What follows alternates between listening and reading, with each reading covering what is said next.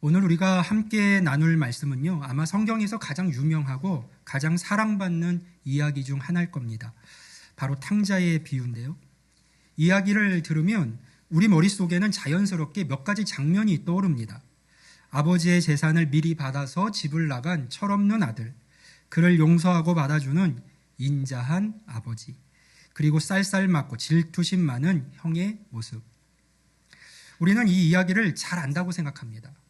어릴 적 주일학교 때부터 들어왔고 수많은 설교와 묵상을 통해서 우리에게 익숙한 이야기입니다. 하지만 어쩌면 우리는 이 이야기에 붙여져 있는 탕자라는 제목 때문에 이 비유에 담긴 가장 중요한 진실을 놓치고 있었는지도 모릅니다. 왜냐하면 이 이야기의 진짜 주인공은 돌아온 아들이 아니라 기다리시는 아버지이기 때문이에요. 탕자라는 말을 들으면 가장 먼저 죄 많고 방탕한 이미지가 떠오릅니다. 하지만 이 말에 담겨진 본래의 뜻은 무모할 정도로 낭비하는, 남김없이 그리고 아낌없이 쏟아붓는 것에 있습니다. 이런 의미에서 팀 켈러 목사는 이 이야기가 사실 탕자 아들에 관한 이야기가 아니라 탕부 하나님, 즉 당신의 사랑과 은혜를 당신의 존엄과 명예까지도 무모할 정도로 낭비하면서 우리에게 쏟아부으시는 아버지에 대한 이야기라고 말했습니다. 오늘 설교는 바로 이 이야기의 진정한 중심, 즉 우리의 죄나 실패가 아니라 잃어버린 자녀를 되찾으신 아버지의 끝없고 주체할 수 없으며 온 세상을 초대해 함께 나누고 싶어 하시는 그 기쁨에 초점을 맞추고자 합니다. 이 위대한 이야기가 어떻게 시작되었는지, 어떤 상황에서 시작되었는지 기억하는 것은 매우 중요합니다. 누가복음 15장은 예수님께서 식탁에 앉아 계신 모습으로 시작을 합니다. 그런데 그분의 곁에는 당시 사회에서 손가락질 받던 세리들과 죄인들이 함께 있었습니다. 그 모습을 본 당시 가장 경건하다고 자부하던 바리새인들과 율법학자들이 못마땅해서 수군거렸습니다. 저 사람이 죄인들을 환영하고 그들과 함께 음식을 먹는다. 그들의 차가운 비난과 정죄에 대한 예수님의 대답이 바로 누가복음 15장의 세 가지 비유, 잃어버린 양, 잃어버린 동전, 그리고 오늘 우리가 나눌 잃어버린 아들의 이야기입니다. 이것은 너희가 경멸하는 그 죄인들을 향한 아버지, 하나님 아버지의 마음이 어떠한지 아느냐라고 물으시면서 예수님께서 직접 그려주신 하늘 아버지의 자화상입니다. 따라서 이 이야기는 2000년 전에 박제된 이야기가 아닙니다. 오늘 이 말씀을 듣는 우리와 우리 교회를 비추는 거울과 같습니다. 이 거울 앞에 우리를 한번 비추어 봅니다. 우리 마음 안에는 세상을 향해 달려나갔던 동생의 모습과 교회 안에서 묵묵히 자리를 지켰지만 마음은 차가웠던 형의 모습이 공존하고 있지는 않습니까? 우리 교회 공동체의 모습은 또 어떻습니까? 혹시 우리도 누군가의 회복보다 우리의 자리와 우리의 마음과 우리의 질서가 깨지는 것이 더 불편하지는 않았습니까? 오늘 우리는 이 두 아들의 모습을 통해서 우리 자신의 모습을 발견하고 그 두 아들을 넘어서는 아버지의 놀라운 사랑, 그분의 기쁨이 넘치는 잔치로 함께 들어가 보려 합니다. 예수님이 들려주신 이야기를 깊이 묵상하다 보면요, 이 비유가 한 명의 나쁜 아들과 한 명의 괜찮은 아들의 이야기가 아니라 두 잃어버린 아들의 비유라는 사실을 알게 됩니다. 두 아들 모두 겉모습은 달랐지만 각자의 방식으로 아버지의 마음에서 아주 멀리 떠나 있었습니다. 사실 이 두 아들의 모습은 하나님을 떠나서 스스로 행복을 찾으려는 인류의 두 가지 대표적인 길을 보여줍니다. 하나는 동생이 보여주는 세상적인 반항의 길이고요. 다른 하나는 형이 보여주는 종교적인 의로움의 길입니다. 먼저 우리에게 익숙한 동생의 모습부터 살펴볼까요? 그의 요구는 단순한 철부지의 투정이 아니었습니다. 당시 문화에서 아버지가 살아계신데 유산을 달라고 하는 것은 상상도 할 수 없는 끔찍한 행동이었습니다. 그것은 아버지를 향한 아들의 사형 선고와도 같았어요. 아버지, 저에게는 더 이상 당신이 필요 없습니다. 저에게는 아버지가 죽은 것과 마찬가지입니다. 살아계신 게 의미가 없습니다. 제게 주실 것을 미리 주시면 이제 아버지 없는 인생을 살겠습니다. 아버지의 간섭도 규칙도 없는 곳에서 내 마음대로 자유롭게 살고 싶습니다. 라고 말하는 것과 같았습니다.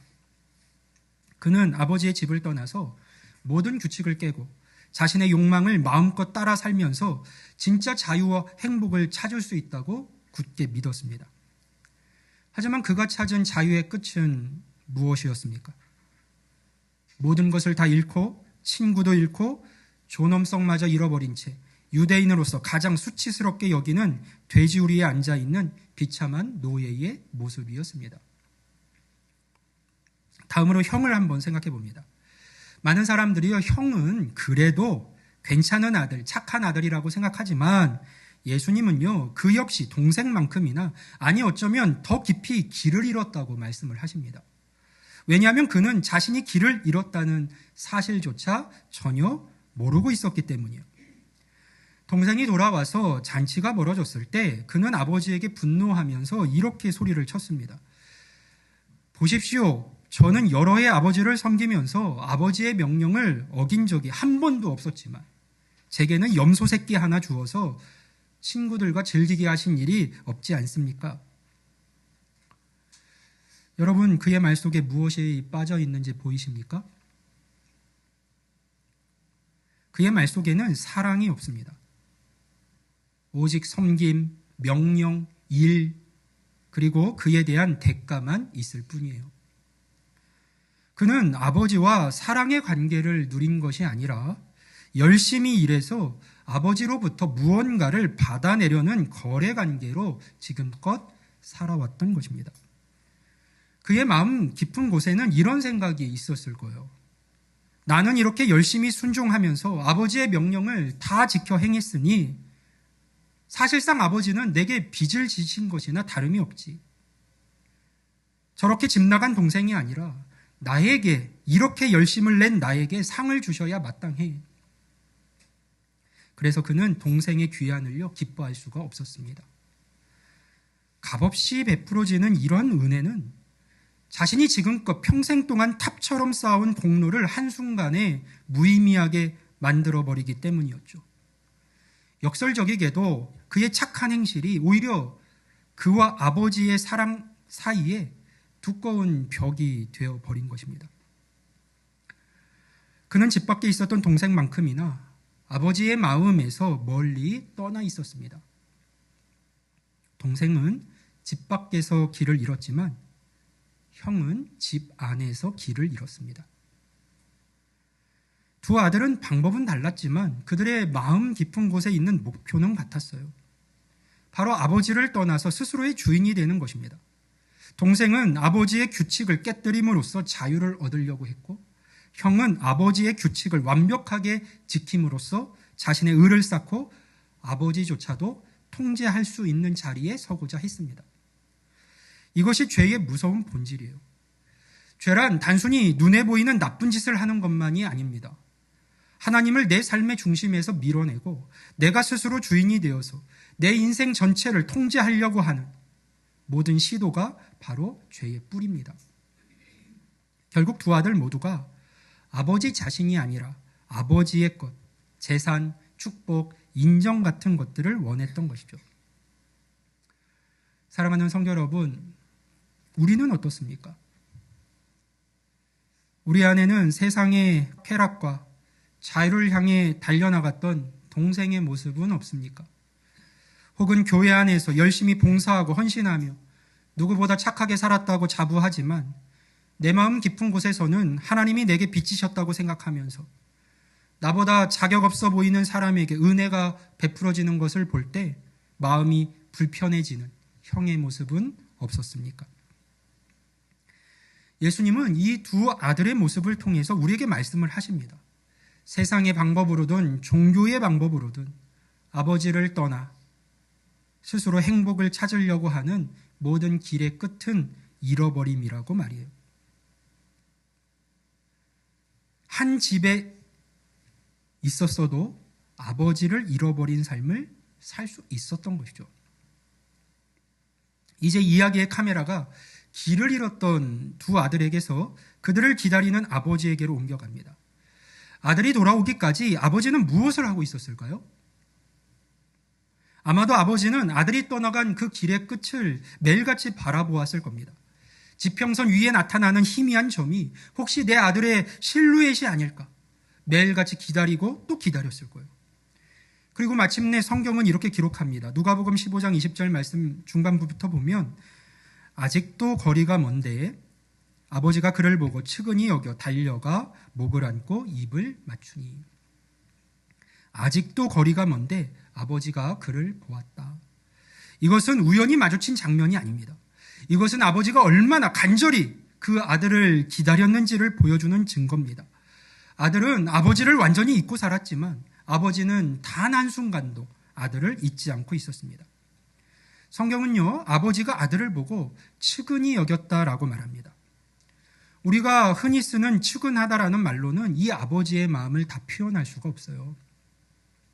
여기에 사용된 헬라어 단어는 스플랑크 니조마이인데요. 이 단어는 내장, 창자라는 단어에서 왔습니다. 여러분 이 단어 들어본 듯 하죠?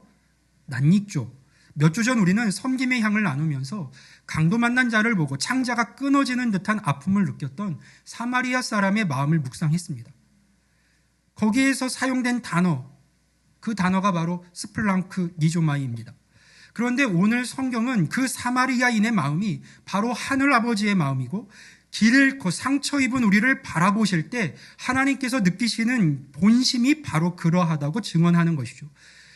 지난 시간에 우리의 작은 섬김은 바로 이 아버지의 마음을 배워가는 거룩한 훈련이었던 겁니다. 불쌍히 여기는 마음을요, 성경은 긍휼이라고 표현을 합니다. 휼의 한자를 보면 마음과 피를 합친 글자예요. 마음심과 피, 혈이 함께 쓰인 글자가 휼입니다. 휼이 무엇입니까? 마음에 피를 흘리는 거예요. 그만큼의 아픔을 느끼는 겁니다. 그만큼의 안쓰러움을요. 이것은 그냥 안 됐다고 느끼는 가벼운 동정심이 아닙니다.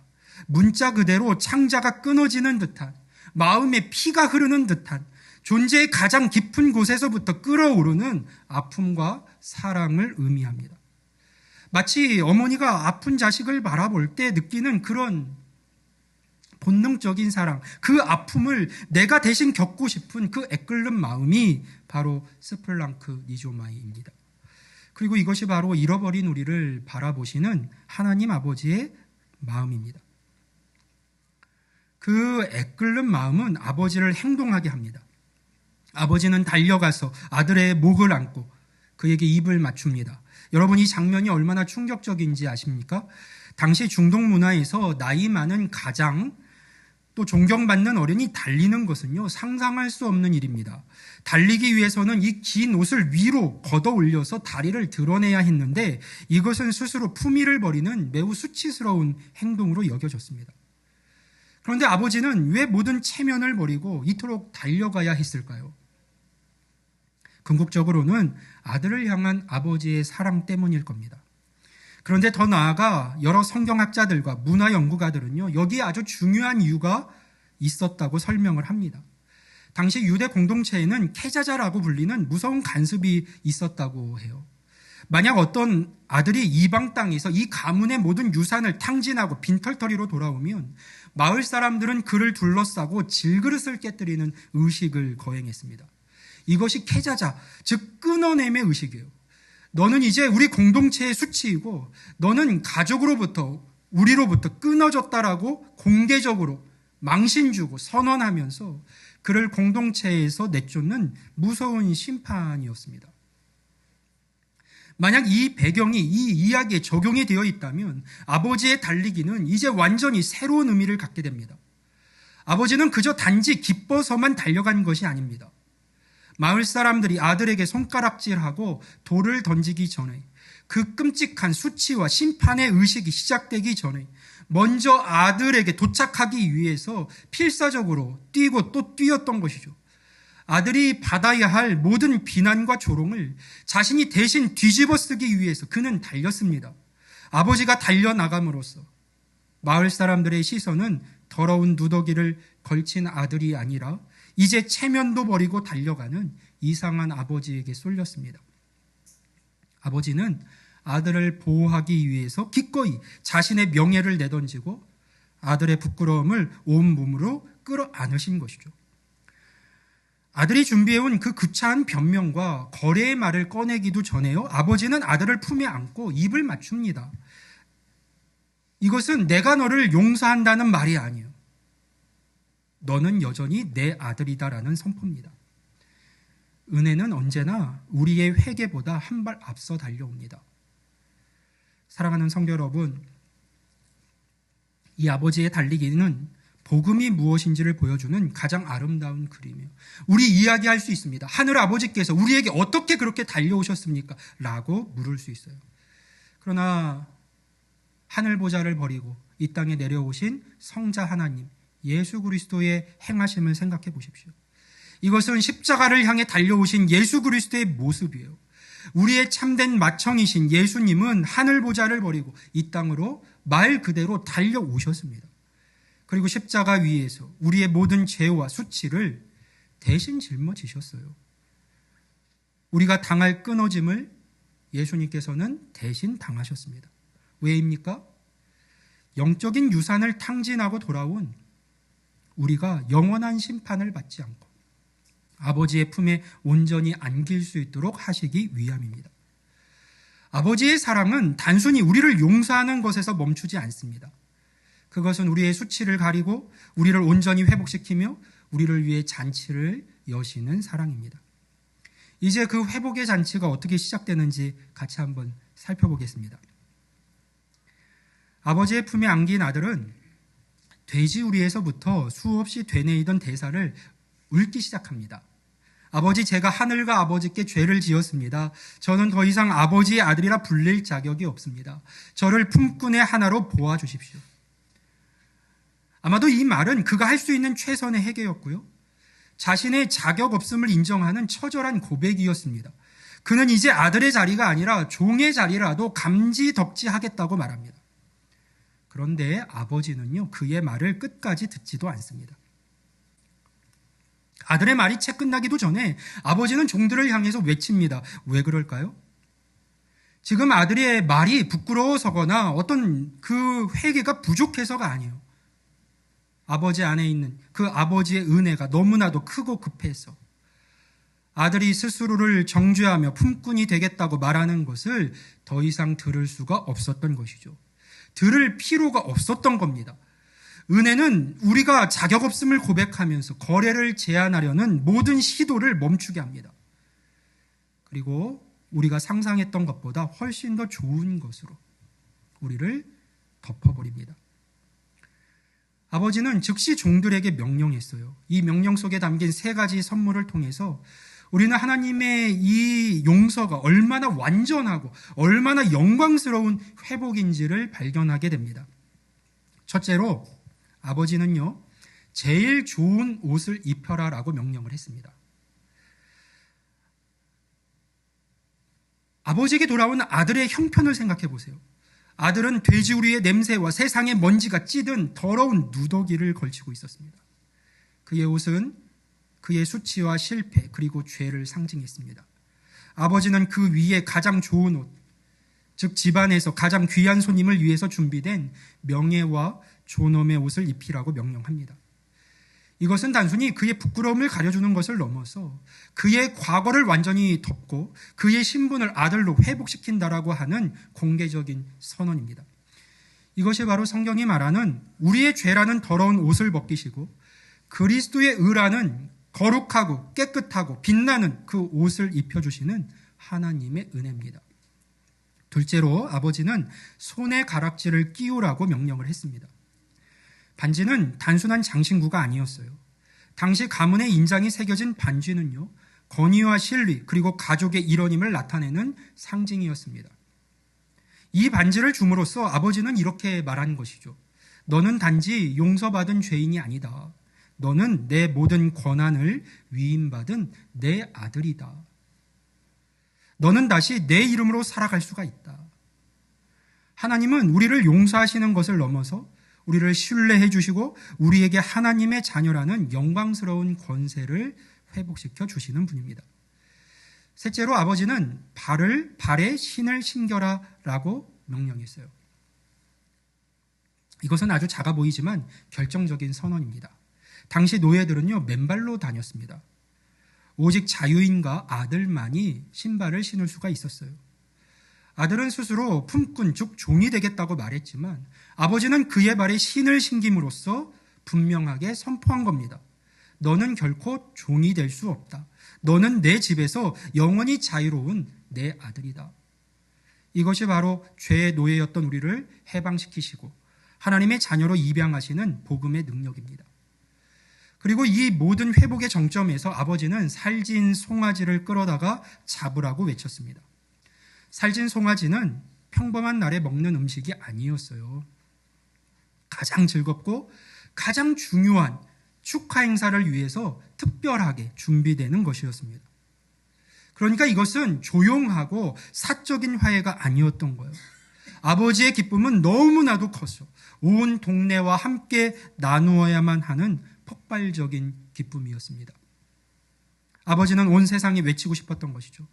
보아라, 이 내 아들은 죽었다가 다시 살아났고 내가 잃었다가 다시 얻었다.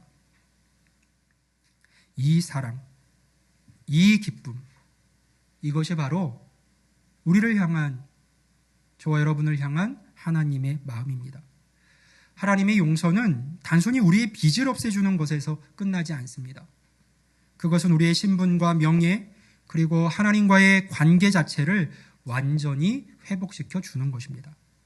하나님은 우리를 사면하실 뿐만 아니라 우리를 입양하시고 그리스도의 의로 옷 입혀주시고 그분의 이름에 권위를 주시고 하늘이 울릴 듯한 기쁨으로 우리의 귀환을 축하하십니다. 하지만 이 기쁨의 잔치에 참여하지 못하는 한 사람이 있었죠.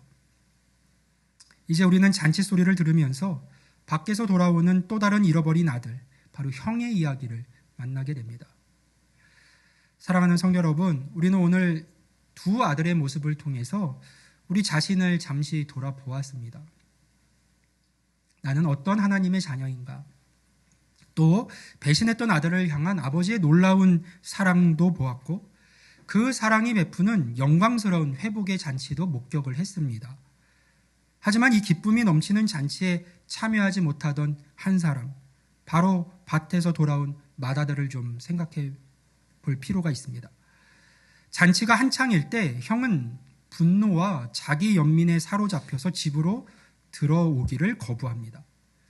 그는 아버지의 마음을 이해할 수 없었기에 은혜로 열린 잔치의 기쁨에 참여할 수가 없었어요. 공로와 보상의 논리에 갇혀 있는 그에게 자격 없는 동생을 위해 베풀어진 이 무조건적인 사랑은요, 불공평하게만 느껴졌을 뿐입니다. 바로 그때 아버지는 또 한 번 놀라운 행동을 합니다. 잔치의 주인인 그가 기쁨의 자리를 막차고 나와서 문 밖에 서 있는 또 다른 잃어버린 아들에게 다가갑니다. 동생을 향해 달려갔던 그 사랑으로 이제는 형을 향해서 걸어 나오는 것이죠. 큰아들은 잔치에 참여하지 않음으로 아버지를 모욕했고 잔치의 기쁨을 약화시켰습니다. 하지만 아버지는 맏아들에게 분노하지 않아요. 오히려 잔치의 모든 즐거움을 뒤로하고 다시 한번 맏아들을 찾아서 나선 겁니다. 이처럼 하나님은요, 집 나간 탕자들만 사랑하시거나 기다리시는 것이 아닙니다. 교회 안에서 상처받고 자기의에 갇혀 기쁨을 잃어버린 맏아들들, 그들 또한 동일하게 사랑하시고 그들이 기쁨으로 잔치에 참여할 수 있기를 누구보다 원하고 계십니다. 그 일을 위해서 기꺼이 인내하시면서 자신을 낮추시는 분인 것이죠. 본문에서 맏아들을 찾아 나온 아버지는요, 그에게 어떤 명령이 아니라, 분노가 아니라, 화가 아니라 부드럽게 말을 건넵니다. 얘야, 영어 성경으로 보면 my child 이렇게 되어 있어요. 얘야, 너는 항상 나와 함께 있지 않니? 내 모든 것이 다 내 것이다.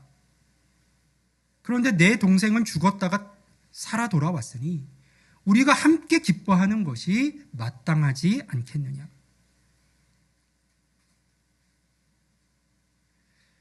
비유는 여기서 끝이 납니다. 우리는 이후에 이 말을 듣고 형이 잔치에 들어갔는지 버티었는지 알 수가 없어요. 예수님은 왜 이야기를 이렇게 끝내셨을까요? 왜냐하면 이 이야기의 형들, 즉 바리새인들이 바로 예수님 앞에서 이 말씀을 듣고 있었으니까요. 열린 결말이 될 수밖에 없는 거예요. 그들의 선택에 따라서. 아버지의 잔치의 기쁨으로 참여할 것인지 아니면 돌아설 것인지.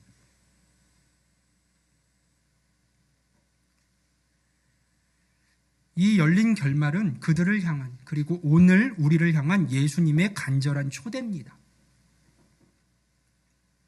함께 이 기쁨에 참여하지 않겠니? 너의 그 차가운 자기의와 세상적인 모든 생각들을 다 내려놓고 아버지의 기쁨이 넘치는 이 잔치에 함께하지 않겠니? 묻고 계신 것이죠. 사랑하는 성도 여러분, 이 이야기는 우리에게 참된 맏형이 누구인지를 보여주었죠. 비유 속의 형은 실패했습니다. 아니, 그 뒤를 알 수가 없어요. 그는 잃어버린 동생을 찾아 나서지도 않았고 심지어 돌아온 동생을 보고 분노했습니다. 그러나 앞에서 나누었던 우리에게는 참된 맏형 예수 그리스도가 계십니다. 그분은 우리를 찾기 위해 하늘집을 떠나 가장 낮은 자리로 오셨습니다. 우리를 집으로 데려오기 위해서 십자가에서 자신의 생명이라는 값을 치르셨습니다. 그리고 그분은 잔치 밖에서 우리를 비난하며 서 계시지 않고 잔치의 문을 활짝 열고 우리를 초대해 주셨습니다. 여러분은 오늘 어떤 아들의 모습으로 이 자리에 앉아 계십니까? 세상 속에서 만족을 찾으려다 지쳐버린 동생의 모습입니까? 아니면 교회 안에서 열심히 봉사하고 순종했지만 내 공로를 알아주지 않는 것 같아서 섭섭하고 나보다 자격 없어 보이는 사람에게 은혜가 베풀어지는 것을 보면서 마음이 불편한 형의 모습입니까? 두 길 모두 아버지의 기쁨 밖에 머무르게 하는 길입니다.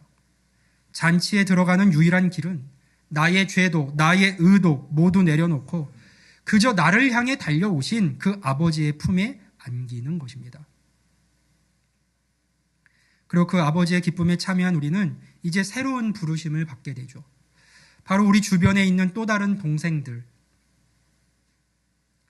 그들에게 다가가는 참된 맏형과 맏언니가 되어주는 것입니다. 영적으로요. 아직도 세상에서 방황하는 영혼들, 우리가 품은 태신자들을 향해서 우리가 할 건 하나입니다. 하늘 아버지의 마음으로 다가가는 거예요. 교회 안에서 상처받고 지쳐있는 형제 자매들의 손도 잡아줄 수 있어야 합니다. 그게 아버지 하나님의 마음이니까요. 우리가 먼저 받은 그 넘치는 사랑으로 그들을 다시금 아버지의 잔치로 초대할 때 우리는 비로소 아버지의 그 기쁨에 온전히 같이 함께 참여하게 될 겁니다.